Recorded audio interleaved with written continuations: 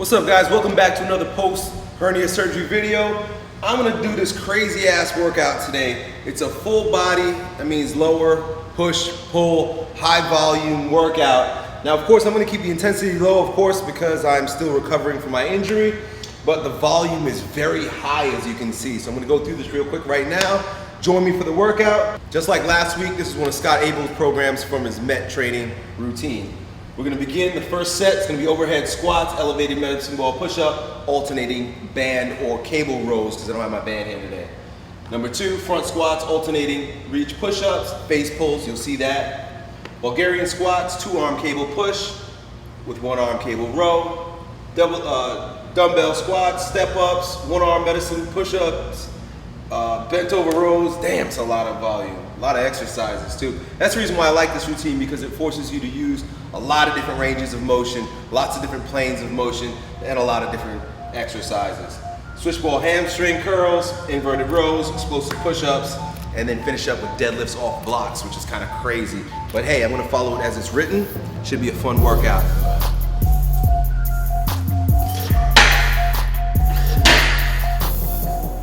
Haven't done overhead squats in a while. See how this works out.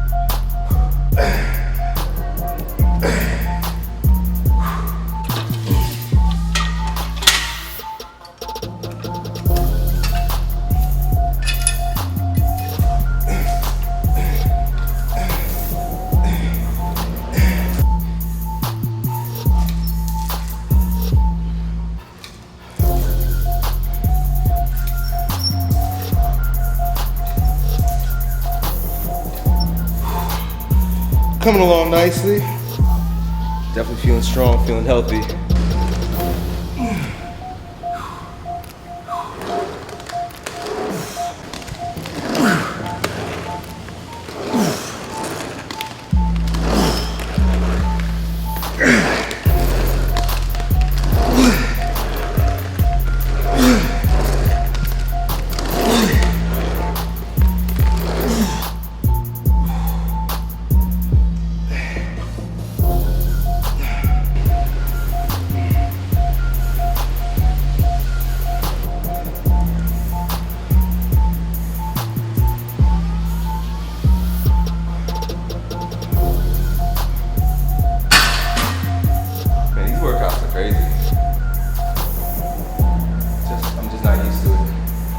Going high intensity, short or low volume,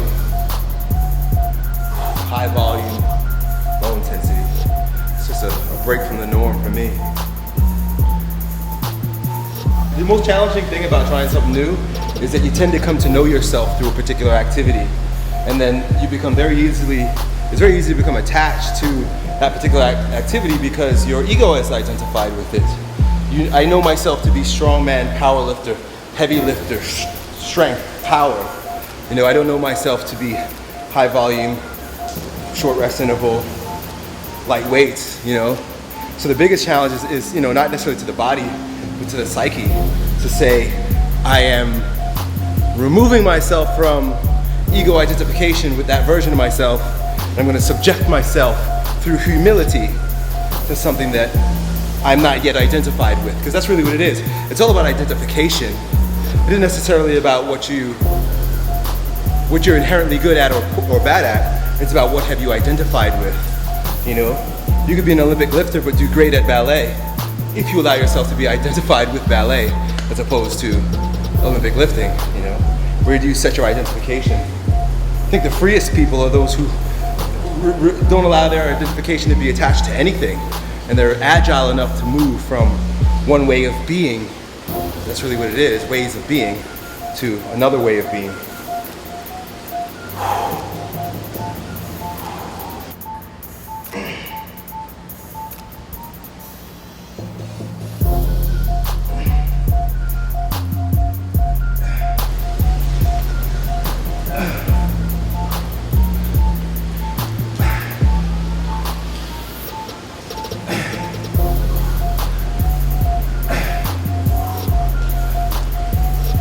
More humbling than the different type of weight training that you can involve yourself with is to subject yourself to something that's completely outside the bounds of weight training, at least for me. So the most humbling experience is watching these Scott Sonnen videos on how he does yoga and what he calls combat gymnastics. And the guy is so agile, so explosive on the floor. He just rolls around and moves through different ranges of motions. So flexible that I bought the program and it's chunked down into different flows, and each flow is chunked down into smaller pieces. It's been 3 days and I'm still on the first chunk of the first flow, and it's merely a matter of, can I get that type of flexibility to squat as low as he is, to bring my leg underneath, to extend one and be in a pigeon pose that he calls it. Man, it's almost like, that's really humbling. I tell you, I enjoy yoga. I enjoy it a lot. Ooh, what's next? Bulgarian squat, baby. Let's tear it up. I'm not gonna use any weight for this. By the way, I'm all wet. Hey, what's going on, Coley Cole? You come through, man. We're just making a workout video. Trying to talk this shit. This one here, I'm not gonna use any resistance, but I'm gonna focus on the form here. And also, if you see what I'm doing with my hands, forcing thoracic extension, magic Elliott Hulse frames. Boom. Just focusing on the balance. Boom. 8 each leg. Boy, and this is challenging. I mean, after doing the overhead squats and the front squats, I tell you right now, legs feel wobbly. I like unilateral exercises because it challenges the nervous system, and it's righting and tilting reflexes, as well as the strength. Righting and tilting reflexes are the mechanisms by which your body uses to keep your balance so you don't fall over. Taking my time, pausing at the bottom, stretching that opposite hip flexor, and extending. Bulgarian squats.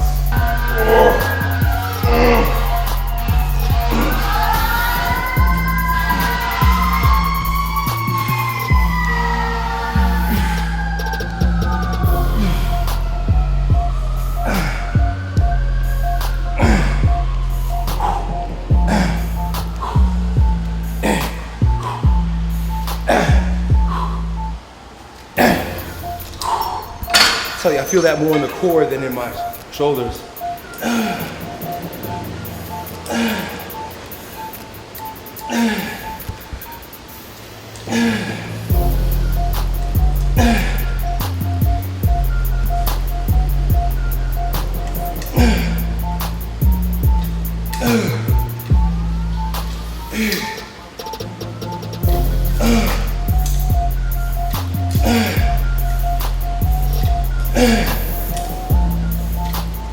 Step ups.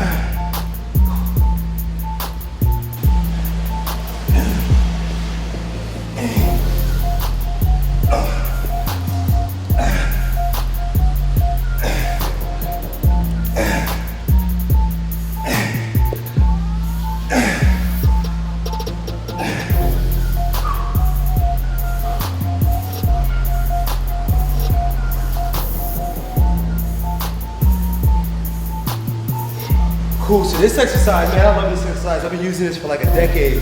It's Swiss ball hamstring curls. But the way I'm gonna show you how to do it, it works, especially those of you who have slack hamstrings, where you have that anterior pelvic tilt because your hamstrings aren't pulling your ass down properly, which in many cases, that's the way I deal. That's my deal. This is gonna help you train the hamstring at both the origin and the insertion, up by your glutes and down by your knees. I like to do this with my palms up, which of course, external rotation is coupled with thoracic extension. Boom, always working on posture. Hips up, squeeze the butt. As you pull the ball under you, raise your hips.